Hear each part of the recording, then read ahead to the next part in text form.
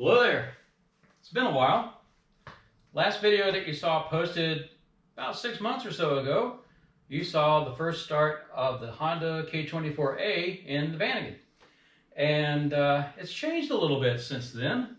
And I want to take a little bit of time to show what's been going on with it. As of right now, this is closing in on the end of August. I've got over 4,000 miles on the conversion, which is fantastic. But going to get into a couple of questions and a couple of things that people have been asking me about, so let's get into it. One of the questions that I'm frequently asked about the Honda K24A conversion is, will the engine fit under the engine deck lid without any kind of major modifications? And the answer is yes and no. So let's get into that. We'll open the hatch, and as you can see, the original pad, the camper pad, is in place.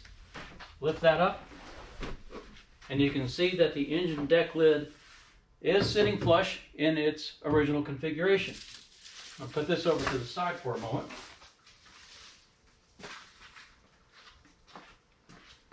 Now, it does require some modifications to the engine deck lid, and one of those being taking all of the original insulation off of it. And I've also had to trim a little bit on the ribs down here on the deck lid. Probably could stand a little bit more down here just for some additional clearance.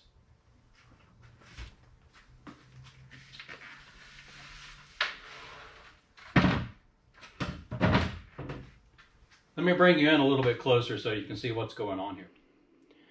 The other thing that is required to make the engine sit low enough so that the engine deck lid will stay in place in its original configuration is this. This is the Skunk 2 Racing.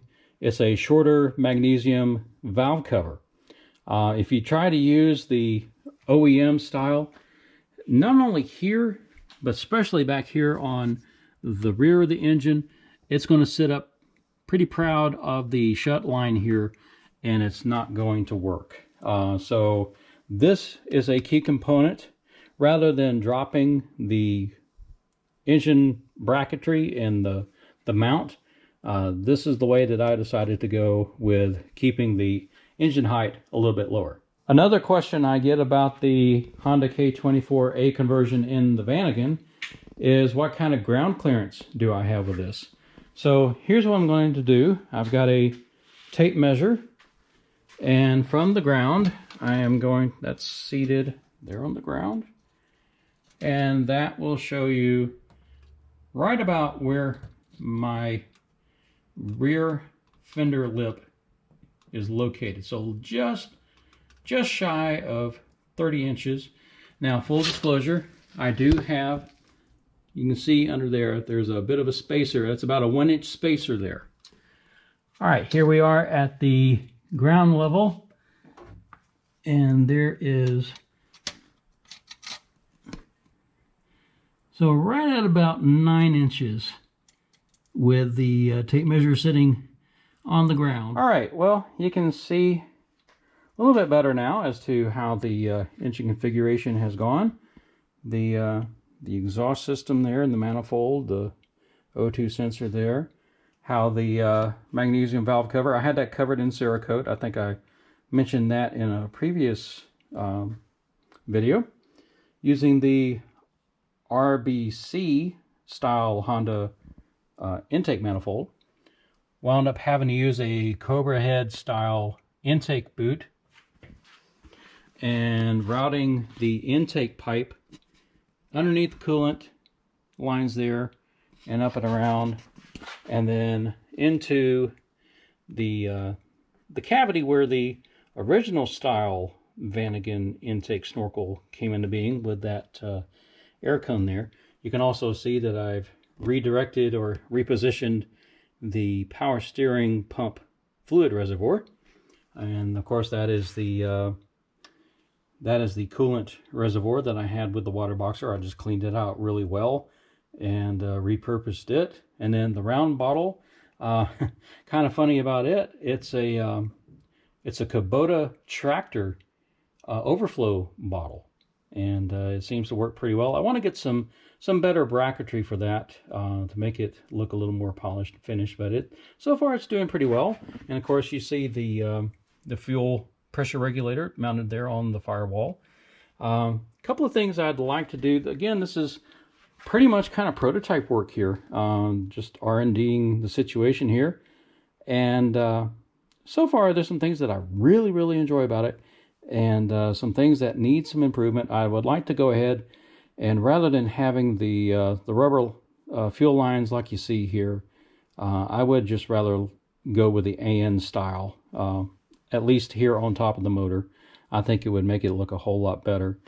One major challenge that I had with it was with the power steering hose, getting that built so that it would seal. And then I wound up I went on a trip, a 1,000-mile shakedown trip, and discovered that there was a O-ring inside of this adapter on the power steering pump that had failed, and it leaked out all my fluid while I was 1,000 miles from home. That was fun. Actually, it's not 1,000 miles. It was about 500-600 miles. So a roadside repair to find an O-ring, get that replaced, refilled the reservoir. So far, so good. But the power steering reservoir does make some noise, and you can hear it in the cabin as you're driving. Now, some of that could be because there's no baffling inside of that blue power steering supply hose. It could be the power steering pump too. I'd like to get another power steering pump if I can and change it over, see if that makes a difference in the noise or not. But that is pretty much it. The wiring has gone pretty well, pretty stable, and it's been a matter of just trial and error of continuously figuring out the Haltech Elite ECU programming, for the volume efficiency tables and how to do the AFR and everything like that, as well as the spark timing for the K24. So that's pretty much it on the engine side of things. Let's go up into the cockpit. Okay, so we are in the cockpit. This is pretty much a cold start sequence. Typically I turn on my switch so that I have my voltmeter. That's attached to my auxiliary battery, but what I have is between the starter and the auxiliary battery, there's a switch there that cut over to start charging both batteries. So when we see that go from 12.7 to 14.3, we'll probably hear a click, and that means that coupler has engaged and is charging the aux battery. Now, in the start sequence, the way that I have this is that when I turn the key to the on position, the tachometer is going to sweep from 0 to 6,000 and back to 0. And in that time frame, we're going to hear the fuel pump kick on, and it's going to pressurize. It's about the same amount of time for the tach sweep for that pump to pressurize. We're probably going to also hear the chime because the door is open. I've got the garage door open so that I don't asphyxiate myself here. So let's go ahead. We'll turn it to the on position. Fuel pump, tach sweep. We'll let the chime finish its thing. And then key start position. Now it typically will flare to 2,000 RPM. And the way that the Haltech software is on that idle setting configuration, basically as the coolant temperature warms up, the idle will drop. That's also for the idle air control module. So it's metering air during this cold start scenario. And then as the coolant starts warming up, the idle starts dropping. We'll probably see it go down to about 1,000 RPM here once it gets warm. As you can see over there, the battery on the auxiliary battery is now charging at 14.3 volts.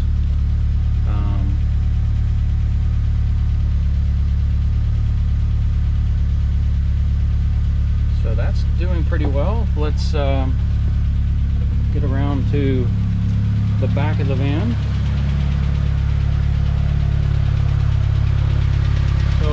injectors are a little bit loud, as you can hear. But it's idling really well, running really well. You can see I've got, here's the muffler. I put a stainless exhaust tip on it. Doesn't look the best in the world, especially with those Frankenstein screws on it. I'd like to maybe grind those down and make it look a little bit smoother, or just take it to a muffler shop and kind of have them tack welded there onto the muffler. But so far so good. As we can hear, that idle is starting to go down to about 900, and we'll hop back in. Yep, so we're closing in on 900 RPM, and going pretty well. You can kind of hear that whine in the background, and that is that whine from the power steering system. So that's what I was talking about. I'd like to either get another power steering pump or get another power steering line, that blue line that you saw there that's got some baffling in it that helps reduce some of that whine. OEM manufacturers have that. There's a little baffle inside of it to kind of change the fluid dynamics inside of the hose, but this does not have that. But anyway, yeah, as you can see, the temperature gauge is starting to come up there, and we're hitting pretty close there to about 900 RPM. Really stable, really idle. Really stable idle is what I mean to say. And that's the thing about this whole K24A conversion for me personally. The experience that I had with the water boxer engine when I took it out at 118,000 miles, and there you can see right at about 122,909. So we're pretty close to about 4,000 miles on the conversion.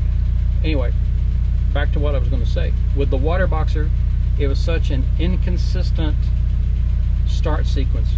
Every time I turned the key, sometimes it'd run well, sometimes it'd run poorly. Same thing for driving performance. Didn't matter what ambient temperatures were, it didn't matter how long it sat. With this, with the conversion, the great thing is that when I turn the key and I start the engine, it's the same sequence every single time. And that in itself pays. That is a great accomplishment as far as I am concerned with this. Leaps and bounds over the water boxer experience that I had. This isn't a barnstormer, right? Okay, I didn't build this for high performance, high horsepower, high torque. What I wanted was better performance, but more consistency and more reliability. So far, that is what I've gotten now. We're seeing the temperature coming up to normal there. And that's going to be it for now. Hopefully soon I'll be able to figure out how to mount the GoPro onto a window suction thing and take you guys along for a joyride in this thing, and we'll go from there. As always, thanks for tuning in. If you would, please, if you like this, like it, comment, subscribe, tell other folks that are interested in this kind of content. Hey, come join the party. All right, we'll see you soon.